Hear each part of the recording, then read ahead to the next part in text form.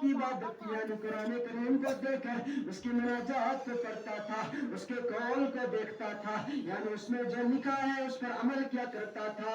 यानी ये बंदा सूरह यासीन का पाबंद था। ये बंदा जो ही उठता था, सुबह उठता था, यानी फजर की नमाज पर उठता था, तो ये बंदा यानी फजर की नमाज पर सूरह यासीन की तिलावत किया करता था। यानी शाम को जो ही सोता था, ये बंदा जो ही सोता था तो तबारकल्लज़ी यानी सूरह मुल्क की तिलावत किया करता था, यानी तिलावत किया करता था। लेकिन अफसोस ये बंदा गुनाह भी किया करता था। ये बंदा गुनाह भी किया करता था। बंदा गुनाह भी करता है, इबादत भी करता है।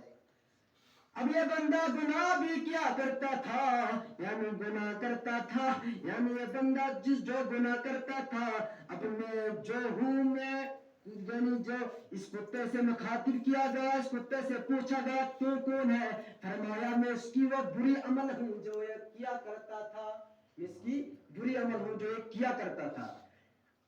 अब फरमाया उस मुहक्किक ने, उस मुहद्दिस ने कहा अब तू क्यों इस कब्र से कैसे भागा, क्यों आया था?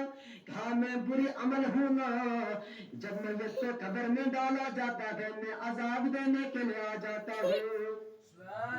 जो मैयत यानी जो बुरी अमल होती है वो मैयत को अजाब देने आ जाती है, वो किसी जानवर की शक्ल में आ जाती है अजाब देने। तो जब बंदा इबादत गुजार हो, कुरान का आदी हो, जिस टाइम कुरान पढ़े बंदा, उस टाइम बंदे को उस अजाब में कमी होती जाएगी। क्या होगी? कमी होती जाएगी।